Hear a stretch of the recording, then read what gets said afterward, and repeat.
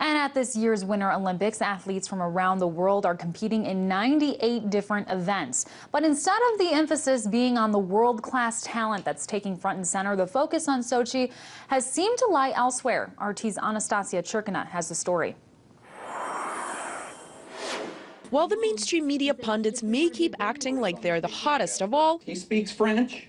Look it up, people. In reality, the corporate news networks are struggling with ratings. They lose credibility, right? Because that's what media trades in. That's their currency. Whether they're credible or not. If they're not credible, people stop watching.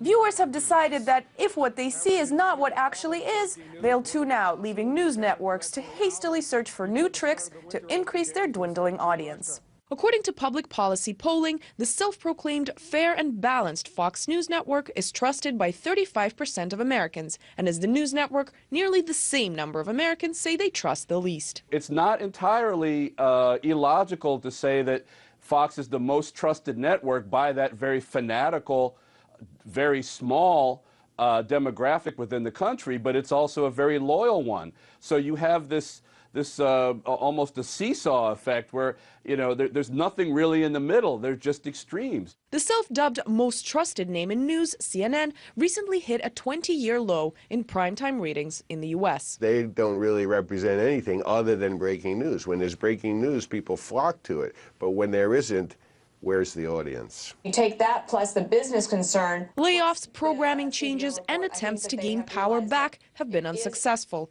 Former CNN anchor Larry King went as far as suggesting the channel just air the cartoon SpongeBob SquarePants. I opened it, SpongeBob! Come on! CNN is a mess, in my opinion.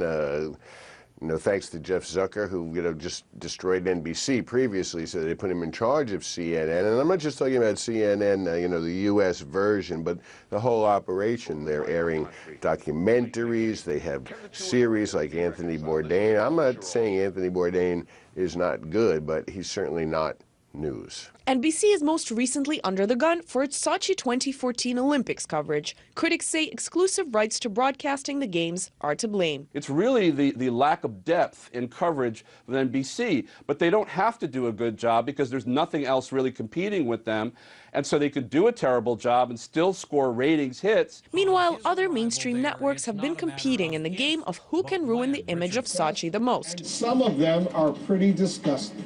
Turning attention to any negative aspect that arises, two toilets side by side, and away from the actual sports. The American newscasters will all say we're just interested in the game. It's all about the game. We're not interested in anything else. But then they introduce everything else into it to color the coverage and to, in a sense, motivate the public to be hostile. While networks like Fox News and MSNBC cater exclusively to a specific mindset, The real problem here is that people don't really want primary source, unobjective, unfiltered, or objective, unfiltered news. They want to have their own opinions validated by someone who seems to reflect their own worldview. The viewers themselves are often blamed for the quality of news programming, eating up the fast food junk being fed.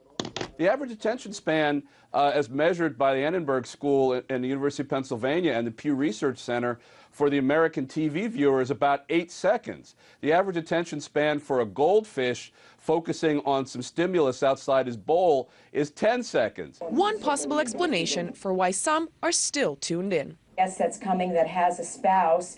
Anastasia Churkina, RT, New York.